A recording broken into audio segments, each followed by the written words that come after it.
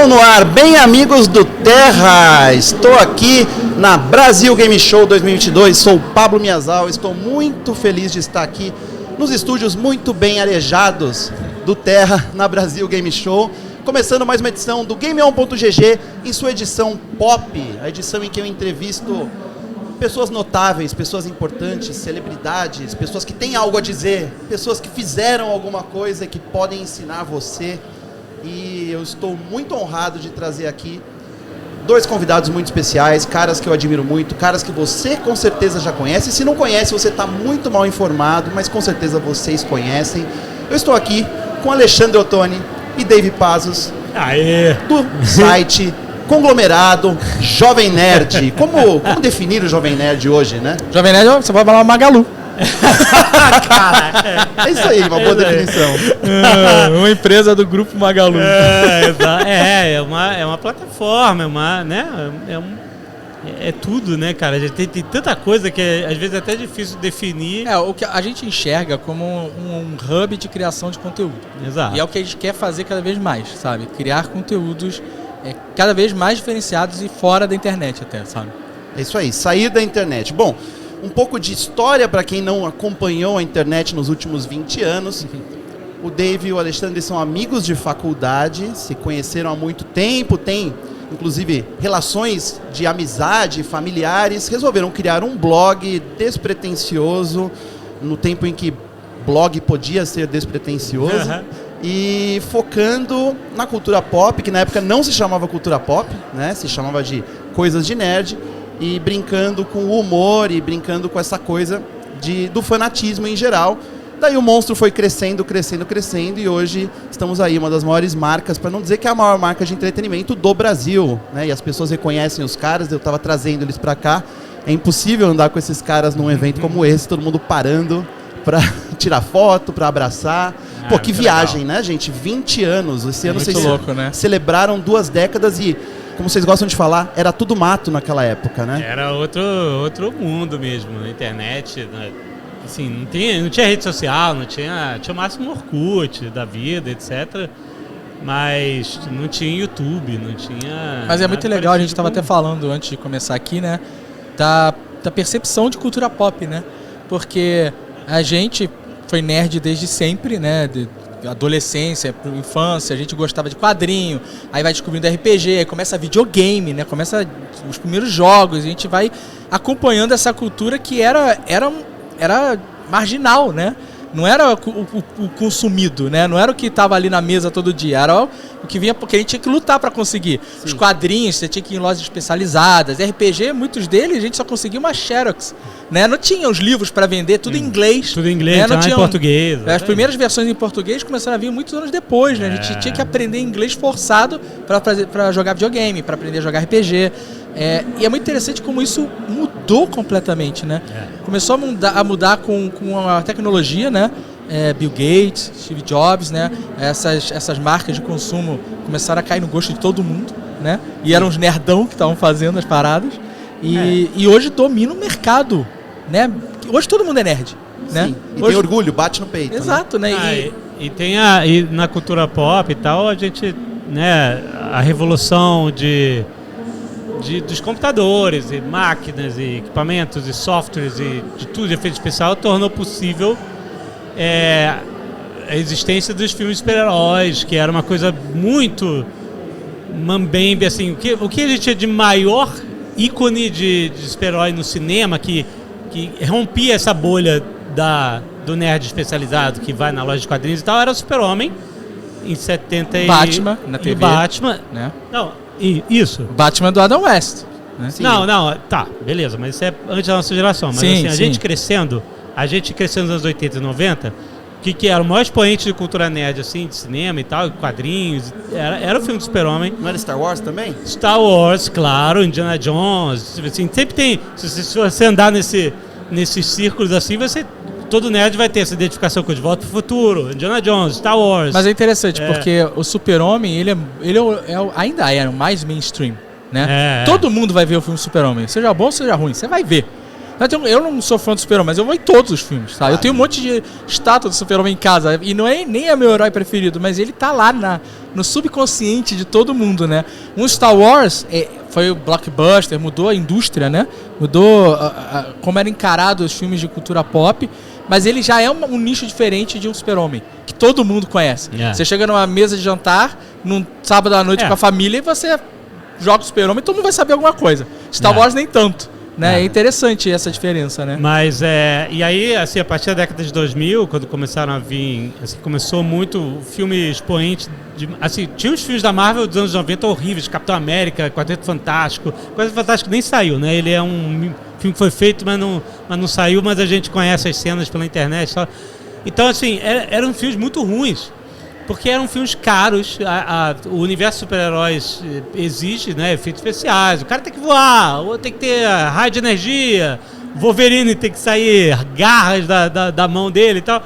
Então, assim, quando o mercado de efeitos especiais digital se torna factível, ele começa a aparecer no início da década de 90 no cinema, com Exterminador do Futuro 2, assim, primeiro foi o Jovem Indiana Jones, o Jovem Sherlock Holmes, a primeira cena de 3D, CGI e tal, era um vitral de era guerreiro. Muito maneiro. O Enigma da Pirâmide. O Enigma da Pirâmide, isso aí. Maneiro. E aí, mas assim, o maior expoente de efeito digital foi no início da década de 90, foi com os dois maiores expoentes, foi Exterminador do Futuro 2 e Jurassic Park, né? Sim. Esses filmes, eles abriram uma porteira de, tipo assim, olha só o que dá pra fazer agora com os computadores, né?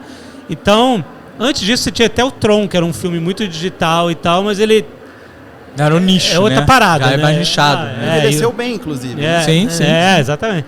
Mas enfim, quando esses efeitos especiais começam a ficar mais mais assim, baratos, né? Tipo assim, mais acessíveis para a indústria como um todo, você vê o Blade de 97, é isso? Acho que eu não sou bom assim de O Blade foi o primeiro filme da Marvel que até hoje, ele é meio obscuro até hoje, e né? É muito engraçado isso, porque ele é um dos primeiros heróis da Marvel, primeiros heróis pretos, né, que ganhou o filme, protagonista da história, né? Exatamente. Mas como ele era um filme de um vampiro, Um caçador de vampiros. E ele também era vampiro, Day Walker. Né? Day Walker, exatamente. Ele é muito encarado como um filme de terror. É um filme de ação. As pessoas não têm a percepção que ele é um filme de super-herói. Né? O Blade do Wesley Snipes. Ele é um herói da Marvel. Um herói da Marvel. Vai ter agora uma nova versão. Mas naquela época, ninguém nunca bota esse filme no hall de filmes de super-heróis. Exatamente. Porque nessa época não tinha o gênero filmes de super-heróis. Você tinha Batman, Super-Homem, era isso, né? Isso, então o Blade trouxe mais essa ação com muito efeito digital também dele, ele, né, matando os vampiros, eles vão derretendo, virando esqueleto e queimando e tal. E chamou bastante atenção, né? E o próximo expoente depois disso foi X-Men. O X-Men 1 é um filme revolucionário nessa indústria. Esse filme falou assim, é possível. É possível. Hoje você sabe que envelheceu o filme. Mas eu não tiro nenhum crédito desse filme, apesar porque você tem que analisar ele no contexto que ele foi lançado. Né? Se você ver as cenas, a primeira cena que o Wolverine tá brigando no bar, que é muito legal, porque é muito quadrinhos, né? É muita essência do personagem. E ele agarra a saida dos punhos dele, é uma borracha. Se você vê a borracha abrindo... Eu vibrei, na época eu adorei. Não, eu comprei totalmente. E até hoje eu sei que é borracha, mas eu sei o valor desse filme e o contexto que ele estava inserido, sabe? E pra gente que cresceu sonhando com esses filmes, eu tenho a edição da revista Wizard, famosona, que a revista Wizard fazia um negócio que a gente depois fez no Jovem Nerd, que era os castings. A gente fazia o nosso elenco imaginário, né? Sonhado para os filmes de super-heróis que a gente desejava ver. E tem um casting muito famoso da Wizard no final da década de 90 de X-Men. Não tinha ninguém nem pensava, vai ter um filme do X-Men. Era assim, olha, se tivesse um filme do X-Men, esse seria... Aí tem um monte de ator clássico lá, tinha o Dolph Lundgren. E... Eu queria Danny DeVito como Wolverine. Tá louco, você tá maluco. Poderia funcionar. Mas dá um GH pra ele, funciona totalmente. O maior destaque desse casting é que o Professor Xavier era o Patrick Stewart. Caraca, os caras acertaram. Porque pros nerdões, ele já conheceu ele muito bem de Star Trek e tal. Eu falei assim, cara, esse cara é o Xavier, pelo amor de Deus. Então, eu considero, eu não sei qual foi o tamanho da influência que isso teve, mas ela fez barulho na época para quem era nerd e tal. Mas eu acho que esse foi o primeiro fancasting do mundo, né? Fancasting é quando os fãs acabam botando tanta pressão que eles... É tipo o que aconteceu aí no Doutor Estranho com o John Krasinski aparecendo de Reed Richards, do quarteto, né? Foi muito fancasting. Eles até falaram, o Kevin Feige, para se livrar de que, não, definimos que ele é o Senhor Fantástico, ele fala assim, não, gente, é o multiverso, qualquer pessoa pode ser o Senhor Fantástico, e meio que a gente fez isso para agradar os fãs, sabe? Porque isso foi um fancasting. Sim. Ele tá ali, é fancasting. Assim, os fãs fizeram isso. Então eu acho que o Patrick Stewart foi o primeiro fancasting de Hollywood relacionado a super-heróis e tal, que tava nas páginas da revista Wizard. Então quando isso começa a virar realidade, e tipo, pra quem é super nerd viu isso e vê, tipo assim, meu Deus, o Patrick Stewart é realmente o Xavier, como assim? Olha esse Wolverine! Existe, X-Men existe agora.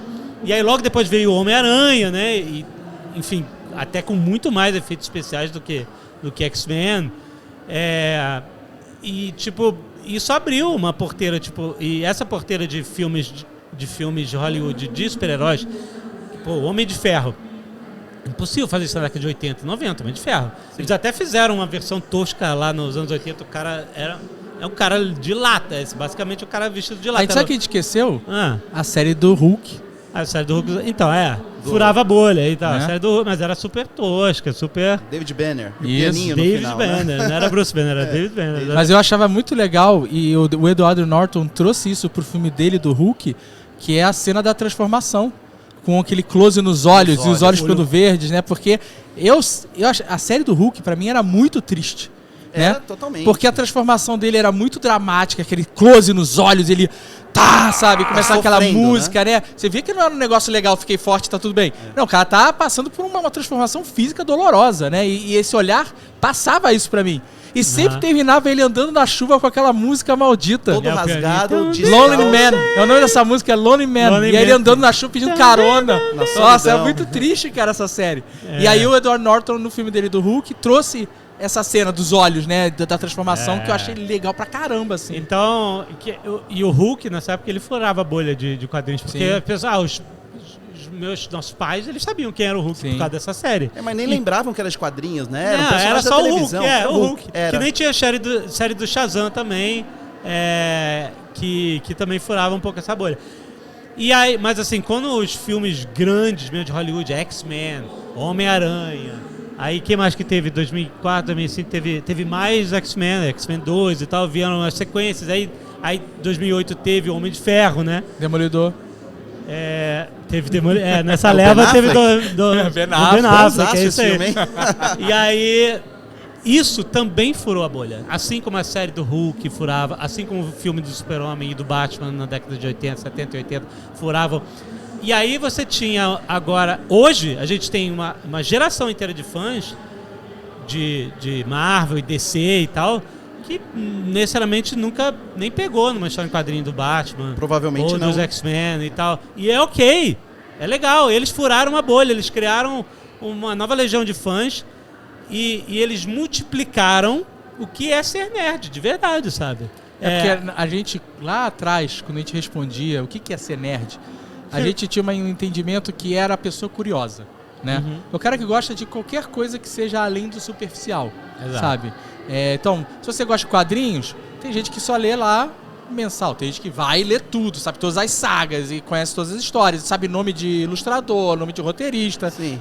Fotografia, você pode só tirar uma foto, mas você pode saber de exposição, de velocidade, você pode saber as químicas para revelar um filme, ampliar a foto, você pode ser um cara mecânica, qualquer coisa você pode ser superficial. O exemplo que era ótimo na época era a série Lost, né? Você podia sentar, assistir Lost e ir embora, acabou o episódio, até semana que vem. Mas você podia ficar na internet vendo os ARGs, as pistas. O que é isso que apareceu? O que é Fibonacci? O que são esses números? Nos fóruns. O que são esses filmes? O que é esses vídeos? O que é essa música? Sabe? Você podia se aprofundar na série, né? E isso foi muito enriquecedor. Mas, gente, tem um lado negativo disso que a gente também, como nerds clássicos, conseguimos superar, né? Não era uma bolha a ser furada, mas era também uma questão da gente se, digamos...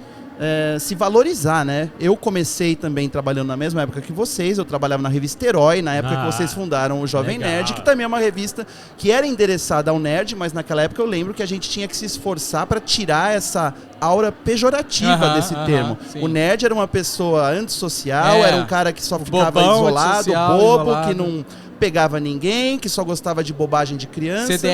CDF, ou não, às vezes ou era um preguiçoso, mas enfim, não era positivo. E aí começou-se a tentar quebrar isso, porque a indústria, o mercado... tanto que nos Estados Unidos existiam 2 termos. Geek Tinha o geek e o nerd. É. No Brasil isso nunca teve muita diferença. Agora estão usando o geek, né? Mas no final eles pelo menos na minha percepção, eles significam a mesma coisa. Talvez o geek goste mais de tecnologia. Só que nos Estados Unidos, geek é o cara descolado, sabe? É startup, camisa xadrez, é quase o hipster, né? O cara com social. E o nerd era esse termo pejorativo. Perdedor, né? Exato. Mas aí, quando vocês começaram o site em 2002... A gente botou o nome nerd, foi o primeiro veículo que botou o nome nerd no título. Exato. Né? E aí, como era fazer isso sabendo que imediatamente grande parcela da população, mesmo que não fosse consumir vocês, mas iam colocar vocês já numa caixinha da estante lá, os nerd. Porque, tudo bem, né? Porque hoje vencemos, ok, né? A gente fala de vingança dos nerds, vitória, essas manchetes já é coisa de 10, 15 anos atrás. Mas na época, assim, ainda era uma ousadia. Eu tenho certeza que vocês não tinham grandes ambições comerciais na época, né? Levar a vida, sustentar a família com entretenimento. Nem achava possível. Mas era uma hobby, diversão pura. Era. Mas eu acho que existe aí um statement, né? Uma bandeira que vocês levantaram sem nem mesmo saber, que foi muito importante para fazer tudo isso. Vocês falaram, o cinema ajudou a furar a bolha. Vocês também. Era uma forma de, assim, infelizmente, a internet, as ferramentas que foram nascendo, da Web 2.0, da época e tal, né? Ou seja, o Jovem Nerd nasceu como um blog, era isso, era uma ferramenta de publicação online que antes, tipo assim, hoje você nem para pensar, isso é tão na fundação básica de qualquer coisa, qualquer função que você usa no celular para acessar a internet. Na época era uma coisa nova, tipo, para você ter um site na internet antes, você tinha que entender de programação, de HTML, você tinha que saber montar um banco de dados, se você não quisesse postar só coisas estáticas e tal, né? Você precisava realmente saber mexer nas engrenagens debaixo do capô para você poder fazer um site, né? E os blogs foram as ferramentas que, olha, tá tudo funcionando automaticamente, tudo que você precisa fazer é entrar aqui e postar. Então, a necessidade técnica, de conhecimento técnico para você se expressar na internet, essa barreira caiu. Não tinha mais esse portão, né? Então o blog era... então, assim, eu sabia fazer site, que eu comecei a fazer sites na década de 90 e tal, mas de fato quando surgem as ferramentas e tal, e o nosso primeiro, o Jovem Nerd, a primeira casa do Jovem Nerd foi na plataforma de blogs do IG, chamava Blig. Lembro. Eu tinha assim, faz um cadastro, bota aí uma fotinho de layout ali no topo da página e começa a postar coisa. E aí, então o que acontece? Quando essas ferramentas começam a se tornar populares e pessoas de todos os tipos podem postar, isso foi uma ferramenta para a gente expressar coisas que eram muito latentes. A gente estava... Porque esse universo de cultura pop, principalmente, a gente estava vivendo... Nessa época, a gente estava vivendo o renascimento de Star Wars, com os prequels, né? A gente estava tendo esse renascimento dos filmes de super-heróis, com X-Men, Homem-Aranha, etc. A gente tinha Senhor dos Anéis, foi também nessa época, 2001, 2002, 2003. Sim. Então, tudo isso estava fazendo esse caldeirão de empolgação com a nossa cultura aparecendo, as coisas que a gente já conhecia de tipo assim, Senhor dos Anéis. Para muita gente foi uma novidade na época. Eu e a Azaghal, a gente já tinha lido os livros muito tempo antes, entendeu? Então pra gente assim, caralho, estou fazendo um filme de Senhor dos Anéis. Como assim? Entendeu? Era uma consolidação. Uma consolidação. Então isso foi um estímulo também pra gente... eu quero me expressar nesse universo, eu quero fazer piada com os Seus Anéis, eu quero fazer piada com Star Wars. E a escolha do nome foi por... A gente não tinha nenhuma estratégia, a gente era, como você falou, era totalmente despretensioso, era pros amigos.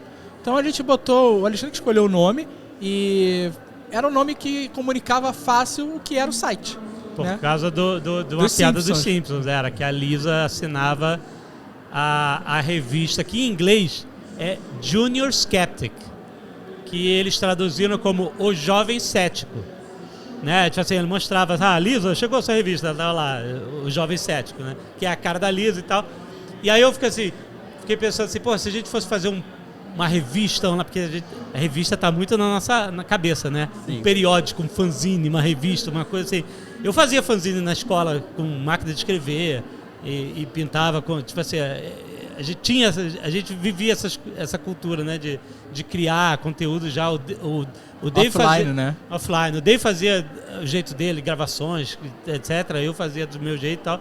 E aí quando de repente isso se afunila para uma nova ferramenta, que era a internet, esse impulso criativo já existia. E aí foi assim, pô, se eu fosse ser assinante de alguma fanzine, algum periódico, alguma coisa que eu tenho maior interesse, seria tipo, e eu lembrando desse O Jovem Cético, seria algo tipo assim, O Jovem Nerd.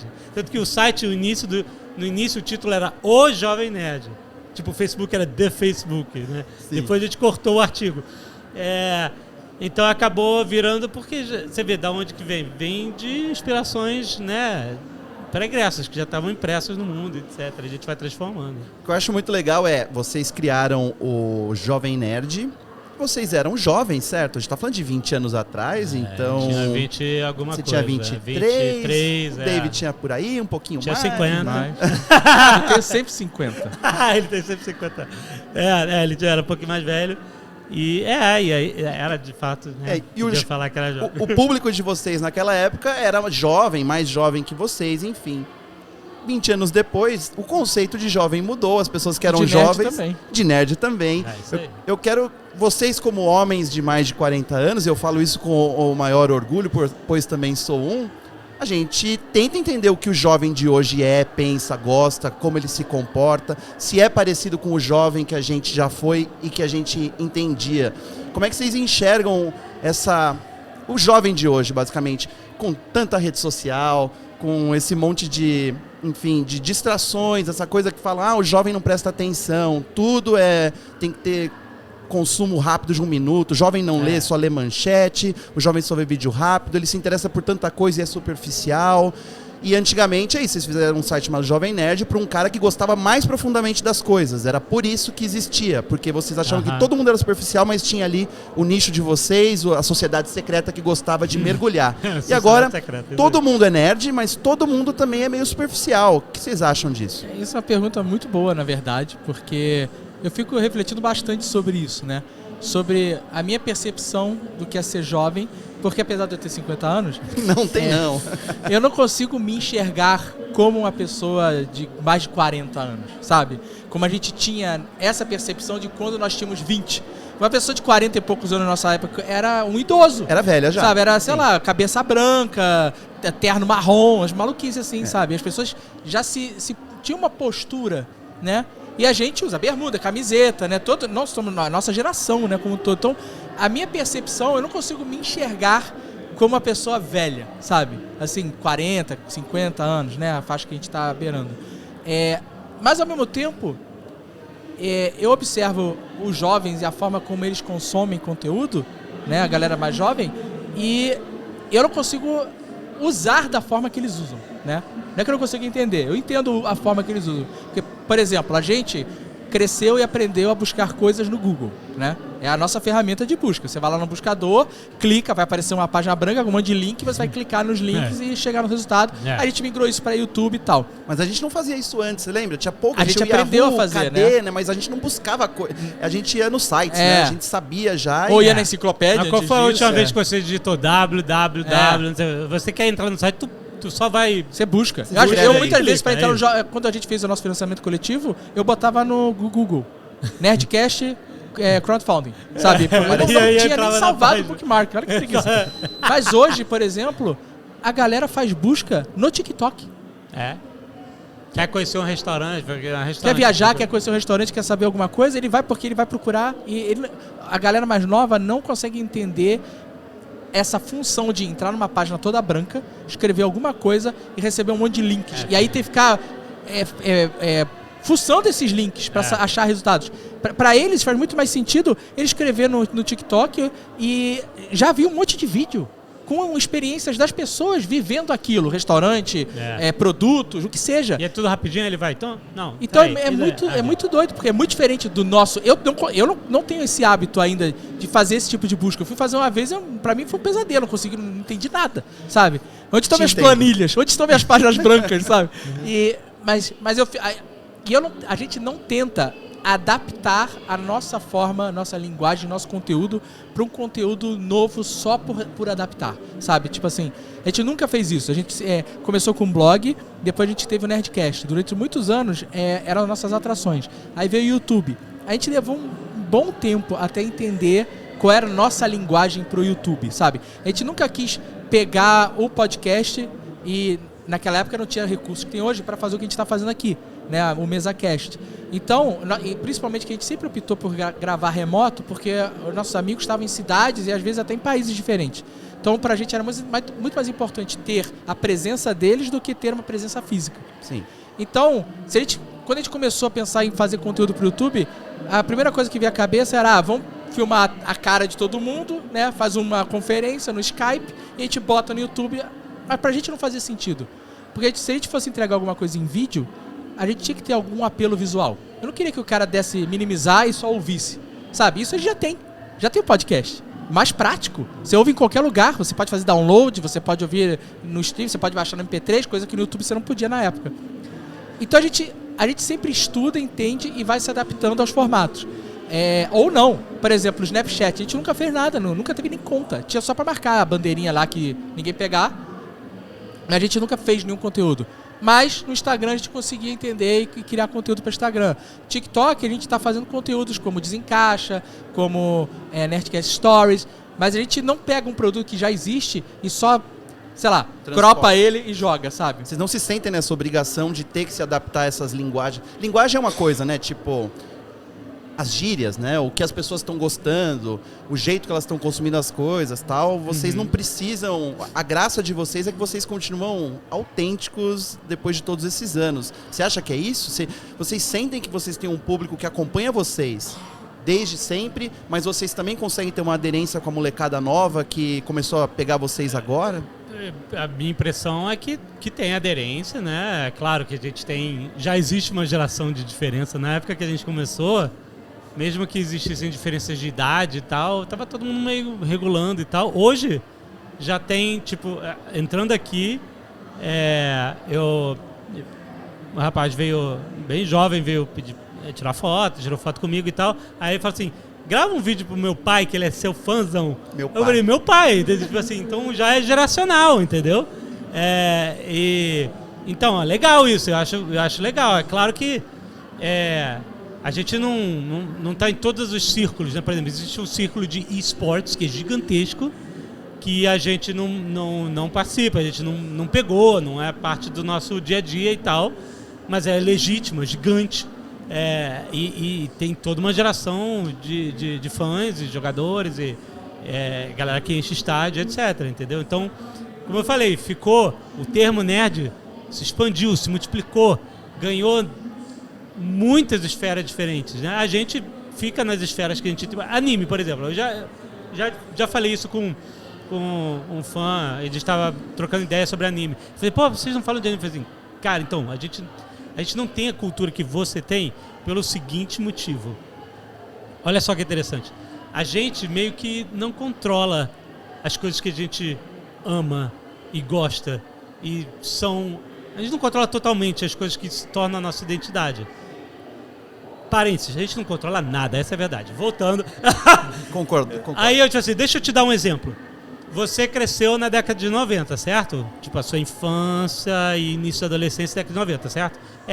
Então, a minha infância e início da adolescência foi na década de 80. Minha infância toda na década de 80 e quando eu estava iniciando a adolescência, iniciozinho da década de 90. Então, o que acontece? Na década de 80... o nosso contato com a cultura nerd, pop e tal que a gente gostava era nos programas matinais, da Xuxa, da Angélica, da Mara Maravilha, os desenhos. E eles passavam Thundercats, He-Man, passavam Comandos de Ação, desenho do Rambo, sabe? Esse tipo de coisa. E na década de 90, meados da década de 90 para frente, a Manchete começa a trazer muita cultura japonesa, né? Muito anime, vem Cavaleiros do Zodíaco, Tokusatsu, né? Vem, a gente cresceu com o Tokusatsu, né? Tinha Jaspion, Changeman. Spectraman, nunca vamos esquecer do Spectraman. No SBT, Que né? já não era da nossa geração, mas era tudo reprise, passava e tal. Mas nada era da nossa geração. Tudo era antigo. É que até Dragon Ball no Brasil era, as coisas vinham muito depois e ficavam se repetindo pra sempre. E aí, né? Dragon Ball vem com força. Então o que acontece? Quando eu e ele, a gente tá saindo da pré-adolescência e entrando na adolescência e já se desligando de algumas coisas que fazem parte da memória emocional da infância, então eu já não peguei Power Rangers, sabe? Eu já não peguei um monte de coisa, e essa onda do anime a gente não pegou, a gente já estava movendo os nossos interesses para outras coisas. E quem nasceu mais pro meados da década de 80, início da 90 e começa a crescer e começa a ter contato com a cultura tipo assim, tudo isso é um mundo sem internet. Então Claro. você não tem nem como procurar o que você quer. Você era bombardeado pelo que as grandes emissoras te mandavam, né? Então, para essa geração que veio um pouco depois da gente, o contato delas com o mainstream de cultura pop foi totalmente diferente do nosso. Era Pokémon, era Dragon Ball, Cavaleiros do Zodíaco, e muitos outros animes que vieram e etc. depois. Então o que acontece?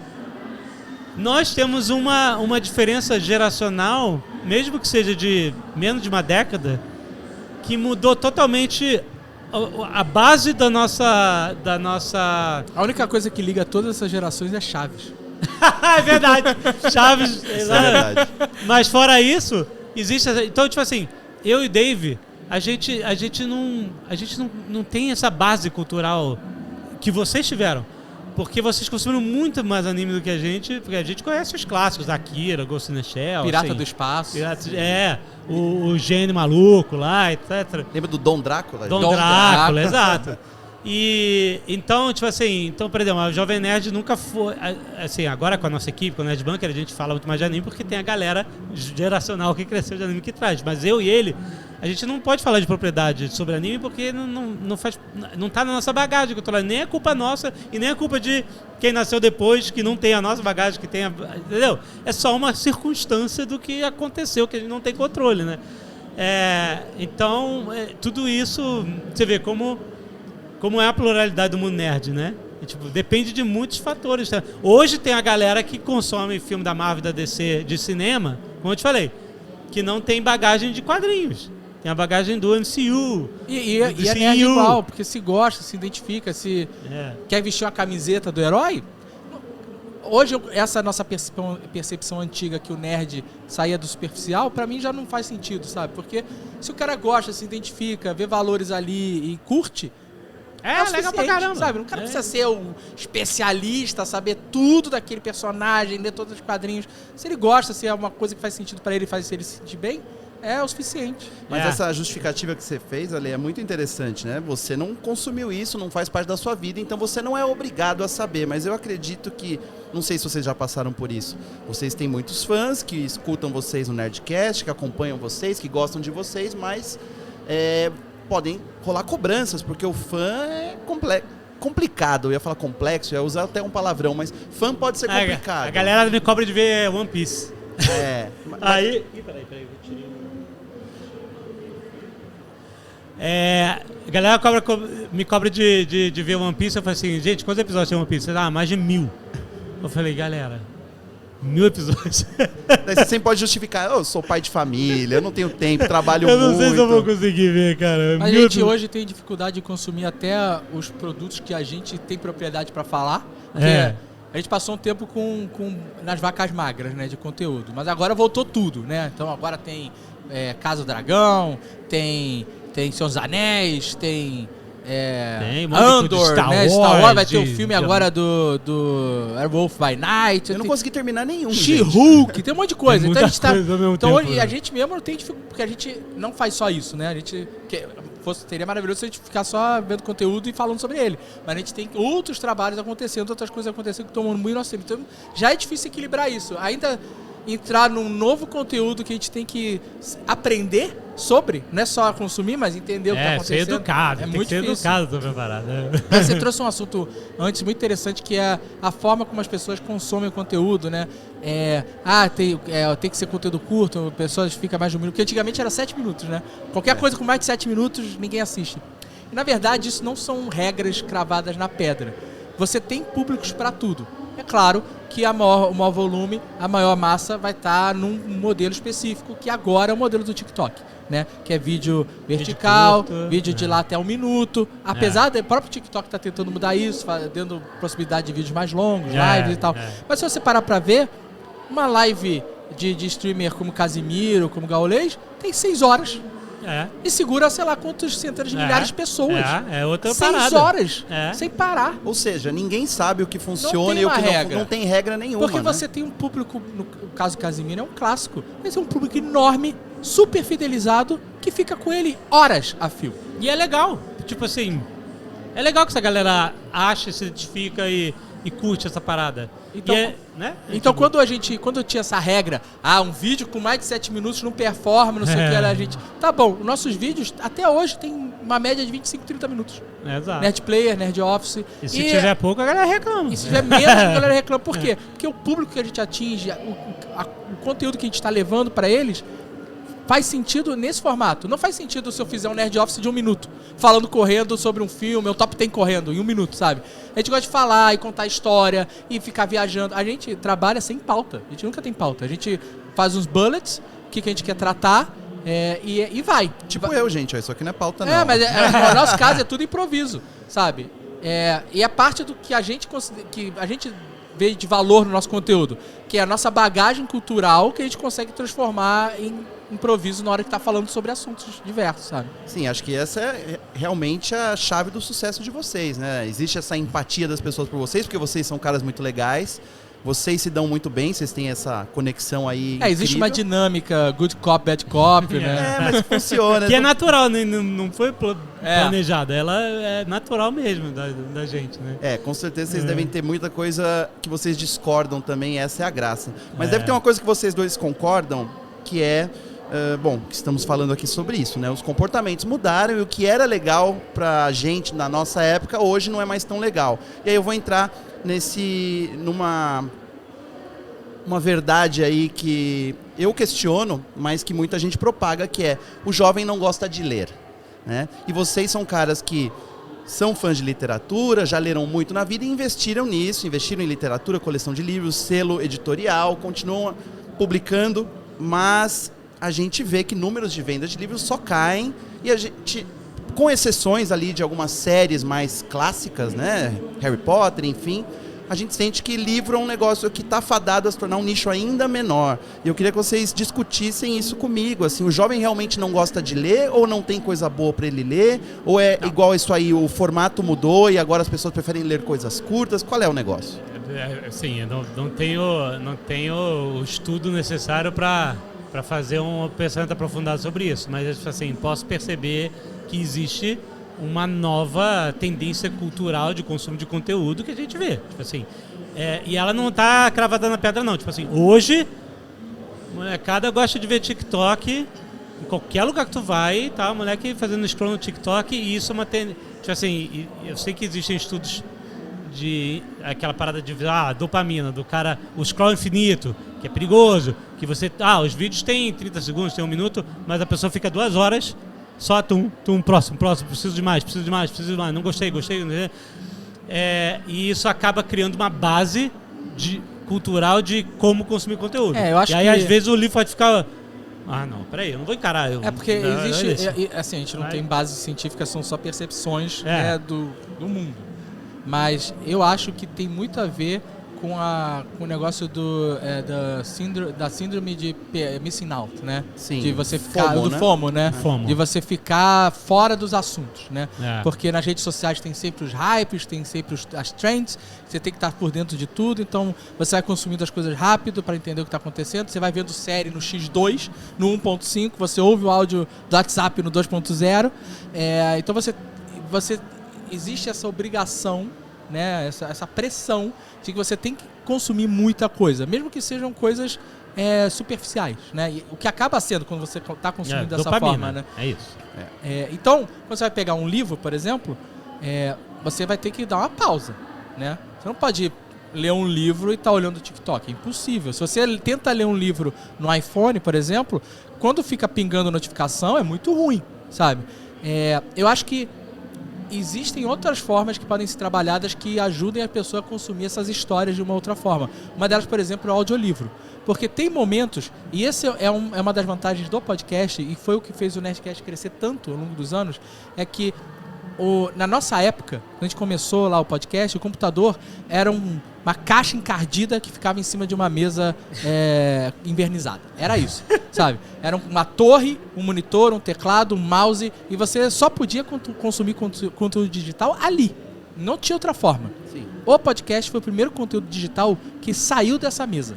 Porque você podia botar ele no MP3, no MP4, no MP10, ou num CD, e levar pro seu carro, levar pra fila do banco, pro metrô, pra academia. Então ele saiu. E isso foi ótimo, porque as pessoas conseguiam espalhar. Escuta aí, toma esse CD. Não precisa estar sentado consumindo. E esses momentos ainda existem na vida das pessoas. Que está dirigindo, que está fazendo um trabalho mecânico de, sei lá, planilha, de não sei o que lá, que você não precisa estar realmente concentrado, ou que você está malhando. Então, por exemplo, um audiolivro faz bastante sentido no momento desses. Você está consumindo uma leitura, fazendo outra coisa. Mas você está concentrado na leitura, porque, sei lá, você está fazendo esteira. É isso, você vai andar, correr, que seja. Mas você pode estar fazendo outra coisa. Se você ficar fazendo TikTok, não sei o que lá, já não é tão prático, né? Porque você está... Então, eu acho que deveria existir mais incentivos às pessoas consumirem livros em outros formatos, né? Não só no e-book ou no livro de papel, né? Mas o audiobook eu acho excelente. Eu estava lendo muito menos por falta de tempo e o audiobook salvou o meu volume de leitura, porque quando eu estou dirigindo eu estou ouvindo audiobook, quando eu estou no avião eu estou ouvindo audiobook. Às vezes quando eu vou tomar banho eu tenho uma caixinha de som à prova d'água e eu tô lá ouvindo, tomando banho e ouvindo audiobook, sabe? Consumindo a história. Exato, lendo. Exato, lendo a história. E aí, às vezes, você se distraiu, isso acontece na leitura física, né, no papel. Você me distraí. Você volta um pouquinho e escuta de novo, sabe? Então, mas eu acho que e isso é uma reflexão, que talvez a forma como o livro tem que ser escrito tenha que mudar um pouco, porque ela vai se adaptando, né? Se você pega Tolkien, é uma leitura arrastada, difícil, né? Principalmente lá o começo do Sociedade do Anel. Difícil. Até lá é muito puxado, né? Se você tem livros mais recentes, mais modernos, que são capítulos muito curtos, né? Então você consegue ir fechando pequenos arcos rapidamente, a história flui melhor, né? Então esse tipo de mudança na forma como os autores escrevem torna isso mais legal pro público, né? Na época dos blogs, as pessoas liam mais porque era a forma como se comunicava, né? Então, eram textaços gigantes, né? Dos blogs. Tinha muito blog de literatura, tinham textos, livros que saíram de blogs, viraram livros depois, né? Então, acho que falta esse incentivo à leitura, sabe? As plataformas tentam fazer isso. O nosso financiamento coletivo, ele era para viabilizar livros, no final da história, né? Assim, anedótico, mas o maior financiamento coletivo da América Latina, o recorde de arrecadação é um financiamento coletivo de livros e quadrinhos, né? Então, tipo, claro, eu não sei quanto de ponteiro isso mexe, mas, tipo assim, olha como atingiu, né? E é livro, é literatura, né? Então, acho que é isso. A gente fica feliz de estar participando e estimulando o nosso público, né? E jovens que acompanham a gente a ler, porque eles ouvem podcast, eles veem nossos vídeos no YouTube, mas a gente também gosta de oferecer, olha, gente, tem isso aqui também. Esse produto antigo aqui, gente, arcaico, que você pega e segura com a mão. Porque é muito legal ler, né? Ou ouvir o livro, que seja. Porque quando você vai ver uma série ou um filme, o que também é legal pra caramba, você tá recebendo aquilo daquela forma. Quando você tá lendo, ouvindo ou lendo mesmo, você cria na sua cabeça. Então você exercita a sua imaginação. Exatamente. Isso faz muita diferença na vida de uma pessoa, né? Porque quando eu fui ver O Senhor dos Anéis no cinema, tinha coisas que eram exatamente iguais ao como eu tinha imaginado. E outras bem diferentes. Lothlórien era completamente diferente do que eu tinha. Era muito melhor, mas em outras coisas a minha imaginação era muito melhor, sabe? Então é muito legal até você comparar o que outras pessoas imaginaram e botaram na tela e o que você tinha imaginado quando você estava lendo aquela história. Mas a gente tá falando de ficção, né? É. E jornalismo? Porque eu entendo que também existe essa crença de que as pessoas mais jovens elas não leem notícias e por isso o jornalismo estaria indo mal, porque o pessoal só quer saber de manchete, né? Várias ao mesmo tempo. E Muitas aí vezes quando quer ler tem um paywallzão lá para o pessoal. tem né? isso também, né? Antigamente a gente ia na banca de jornal, comprava revista, pegava o jornal do nosso pai, a revista semanal ali. E era um hábito, e hoje não existe mais esse hábito, e as pessoas consomem notícia lendo manchetes nas redes sociais. Fragmentos, e tá tudo bem, né? Ninguém clica, e daí se o cara clica tem um paywall, ele não lê, mas às vezes ele vai lá ler o primeiro parágrafo, tá o suficiente. Aí, pronto, E aí eu acho que as redes sociais têm um papel grande nisso, positivo, né? Por permitir que a gente tenha acesso rápido, total a um monte de coisa, mas ao mesmo tempo as pessoas estão também superficiais nesse consumo. Eu queria que vocês falassem sobre o que vocês acham de como as redes sociais entraram nas nossas vidas de uma maneira que a gente não consegue mais sair delas, né? A gente depende delas. É um desafio de geração. Porque a as gente redes não sociais, sabe. elas vieram como um tsunami. Né? Exato. De repente, tudo é rede social. Sim, um quando modelo vocês de começaram não havia rede social, 2002. Orkut 2003, 2004, né? Isso. Era a primeira rede. Aí o Twitter, a minha conta eu abri em 2007, que uma conhecida minha falou, vocês tinham que ter um Twitter. Eu fui lá e fiz, mas eu só comecei a usar, 2 anos depois. Mas veio essa enxurrada, algumas já foram, tipo Facebook, muita gente já não usa mais, Twitter a galera usa bastante, e aí cada rede tem um foco específico, né? Mas elas vão mudando, o Instagram ele é completamente diferente do Instagram que a gente usava lá quando começou. E isso é algo bem complexo mesmo, cara, porque as redes sociais te entregam as notícias muito mais rápido que qualquer veículo. E como é que é a geração a geração da minha filha tá crescendo nesse mundo que... Tem quantos anos ela? Ela tem 8. Mas assim, é claro que ela só consome o que é adequado, etc. A gente controla bastante. Mas, tipo assim, mesmo assim, qual vai ser o resultado de uma geração inteira que cresceu com isso na base do só entendimento de comunicação e relações sociais, né? Eu acho que tem que existir. Ninguém sabe. A gente consegue projetar. Quem é estudioso da área consegue projetar, consegue puxar o estudo literatura antigo de comportamento e aplicar, tipo assim, mas de verdade, eu acho que a gente só vai ter pesquisas mais concretas depois de algum tempo. Assim, acho que agora a gente já tem um bom tempo disso, já tem gente crescida que já começou a vida com isso, mas mesmo assim é um desafio, eu acho que para uma geração inteira, que a humanidade como um todo é muito novo para todo mundo, até para quem é especializado na área de comportamento. Vocês são otimistas sobre isso? Você acha que as redes sociais estão fazendo melhor do que... Enfim, né? Não sou otimista. Eu também não. Não sou otimista quanto a isso. Tem algumas séries e documentários que falam sobre isso, que são bem pessimistas, né? Aquela Years and Years. Sim. Fala nisso, claro, com contexto político maior, mas tem um documentário sobre redes sociais também. Da Netflix. Eu esqueci o nome agora. Dilema das redes. Que é bem assustador nesse sentido, né? Porque se não existir um movimento para fazer as pessoas saírem um pouco das redes sociais, e existem movimentos assim, eu boto me lendo gente que está trocando smartphone por celulares mais simples, para não ficar tão preso online e tal.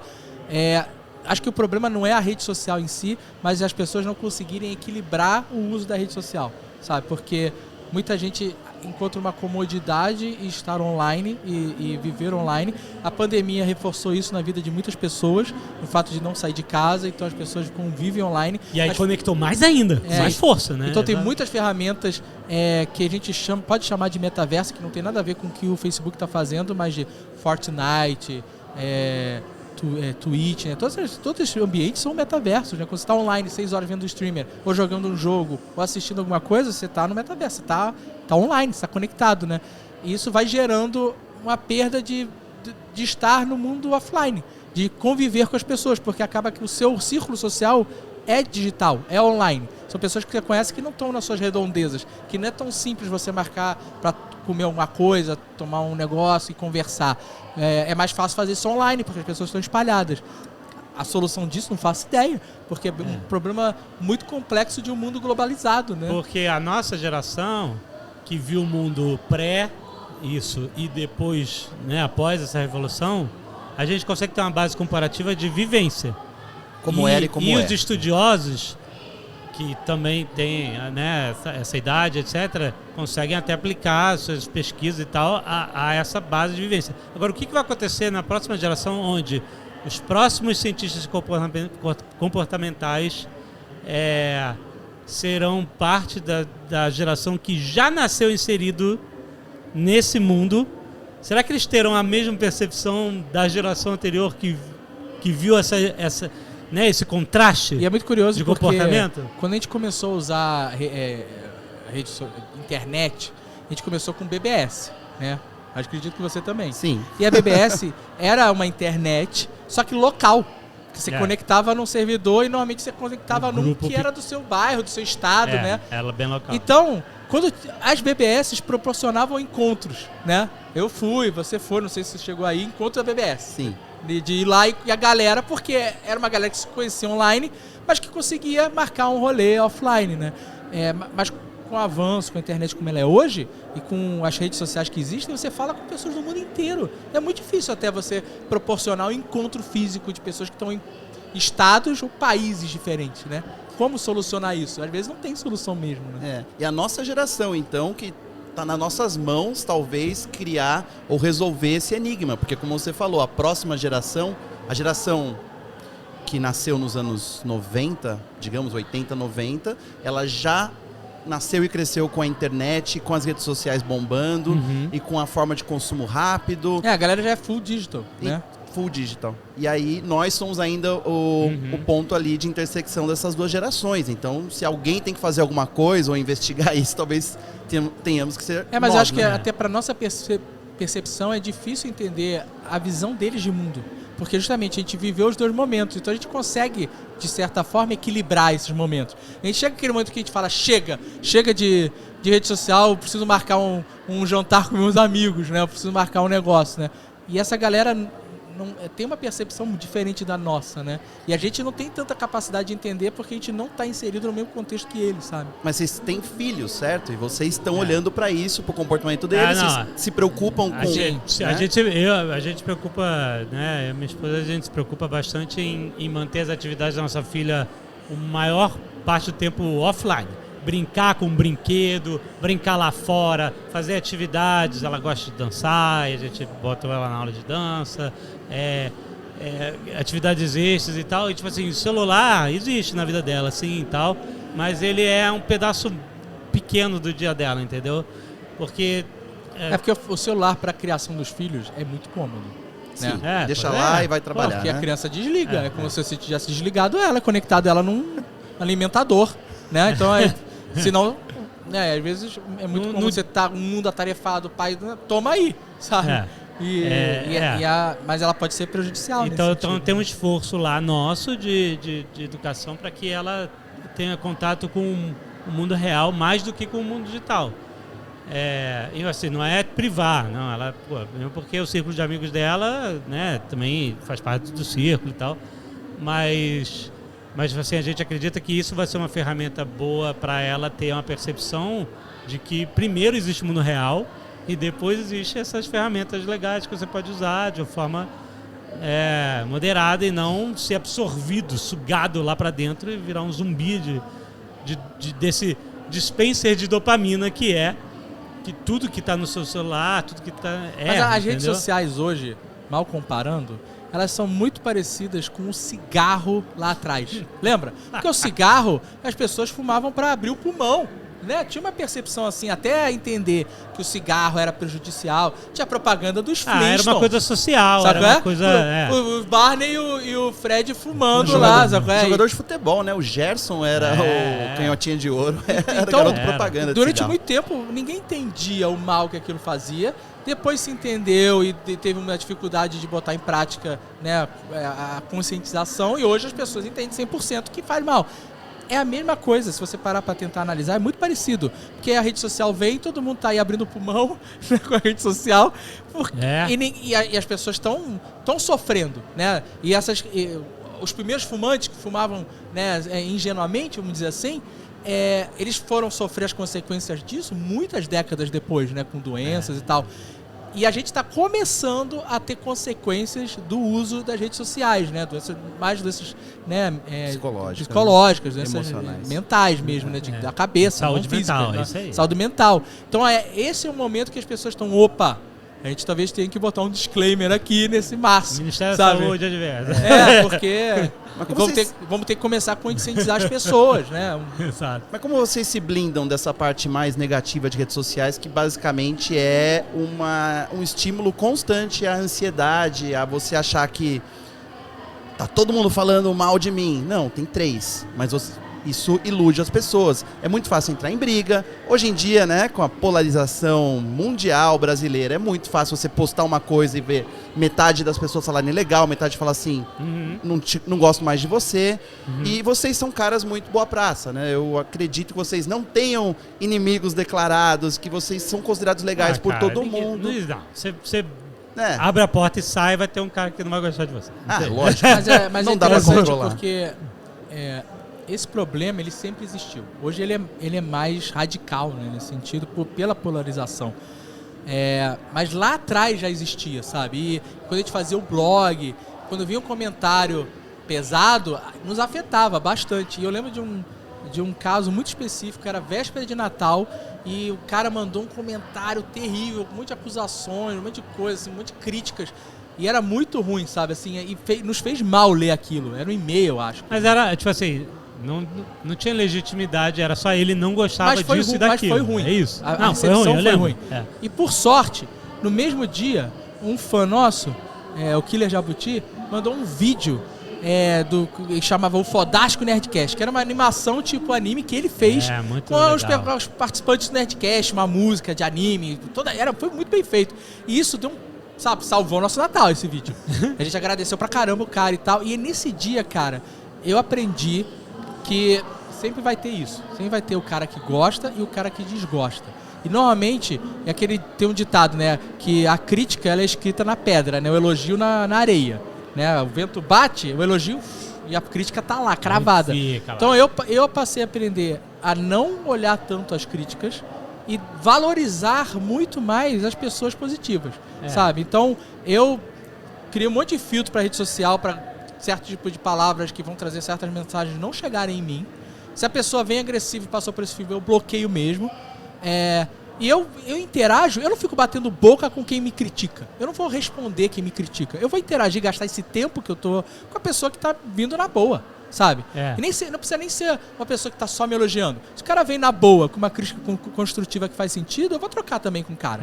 O que eu não vou é gastar tempo, nem energia, nem saúde com alguém que só vem com ódio, sabe? Ou vem com uma crítica gratuita sem sentido. Dica de vida isso aí, né? Então, e aí isso me fez muito bem, porque eu consigo não viver essa ansiedade de eu vou abrir o Twitter e vou ficar antes eu tô desesperado, abrir e fiquei desesperado, sabe? Mais uma vez, isso não é uma exaltação de alienação. Não, eu vou ficar só na bolha de quem fala bem da gente, etc.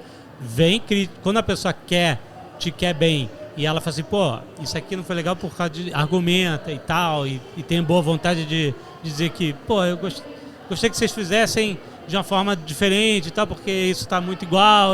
Ou tô sentindo falta de tal coisa. Ou tô sentindo falta. Pô, vocês fazem um tempo que vocês não fazem, sei lá, Nerdcast História, etc. A gente não entra no Reddit, mas a gente recebe as informações que acontecem no Reddit. E a galera fez um gráfico, ano a ano, de quantos Nerdcasts de história tinha por mês.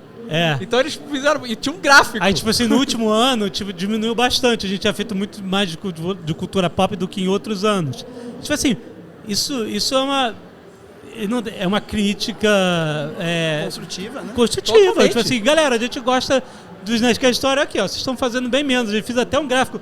Pô, que legal, o cara tem até o trabalho de fazer o gráfico e acho mó legal. Tipo, assim, realmente a gente tem que fazer mais de história. Mais de Nerdcast de História, né? E a gente começou a fazer mais agora. Então, tipo assim, olha como, mais uma vez, não é um convite à alienação. Não vou ouvir crítica. Não, vou ouvir, mas tipo assim, vocês são os bostas, vocês não fazem mais as coisas do jeito que eu gosto. Tipo assim, beleza, como é que eu vou tirar uma informação útil disso? Não tem como, né? Então, tipo assim, descarto, não tem valor, entendeu?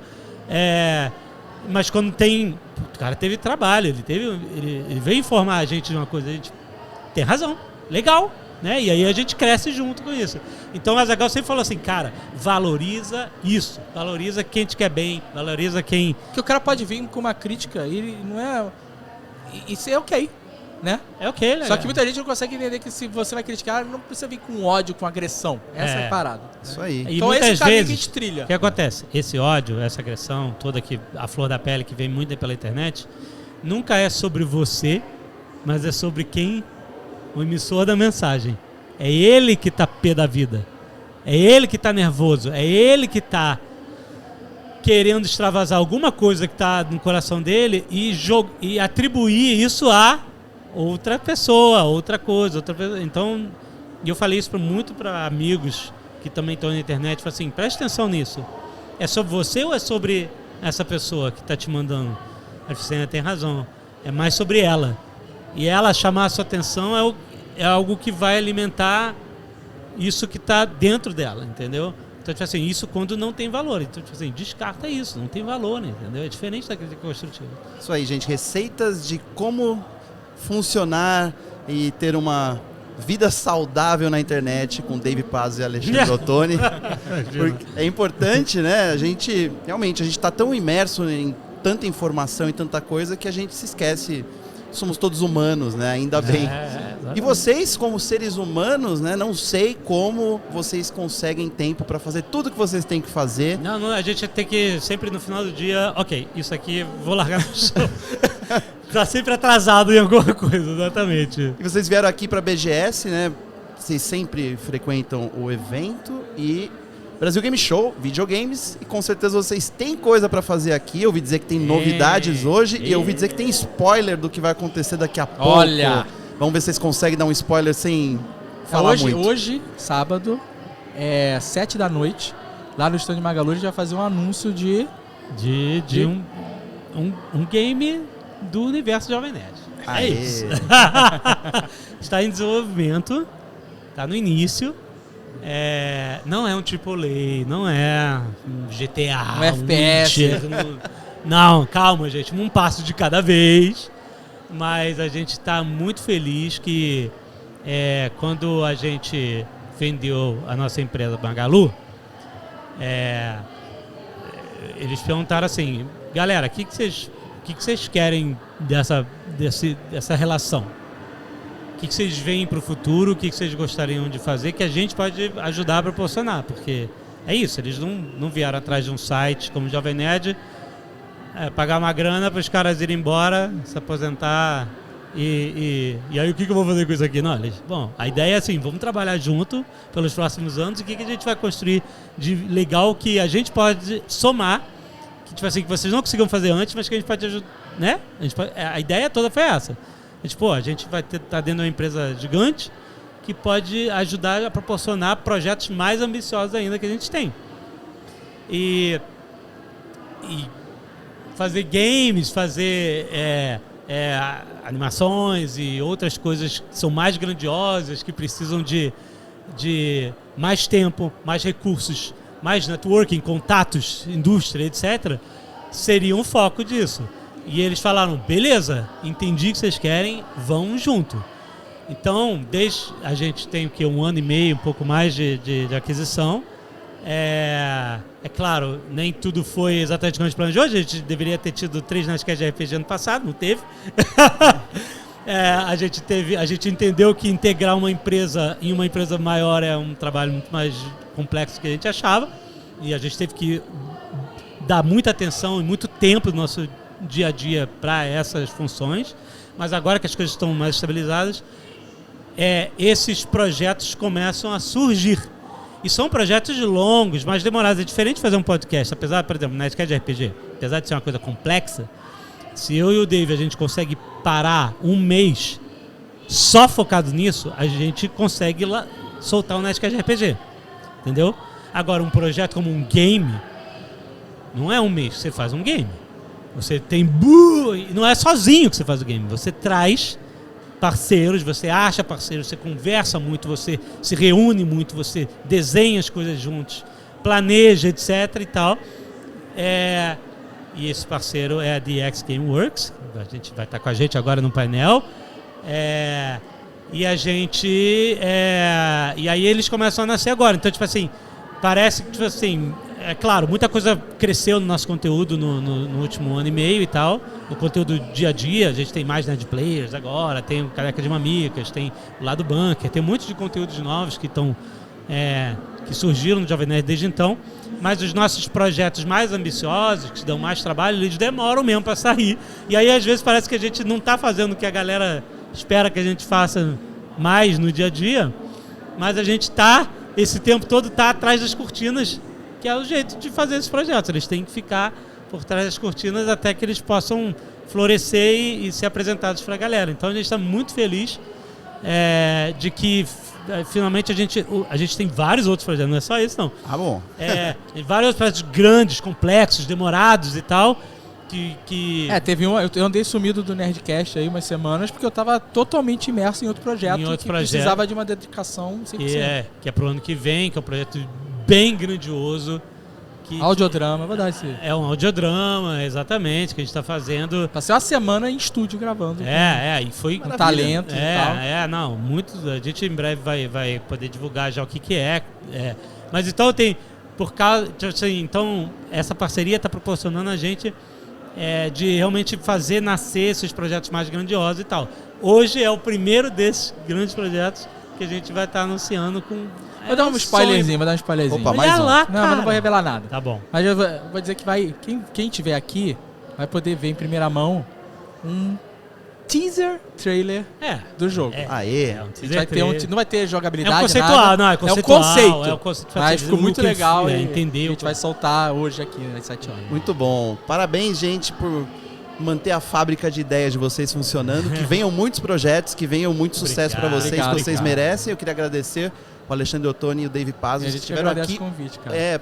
O Jovem Nerd em pessoa, os Jovens Nerds estão aqui, grandes empreendedores do entretenimento. Obrigado demais pelo tempo de vocês. Obrigado. E este foi o GameOn.gg Pop aqui na BGS 2022. Estamos acabando agora, já estão mandando eu acabar, está acabado. Acaba! Mas não sai daí que a gente continua com a live aqui no Terra. Valeu, gente. Galera. Landa, Nerds!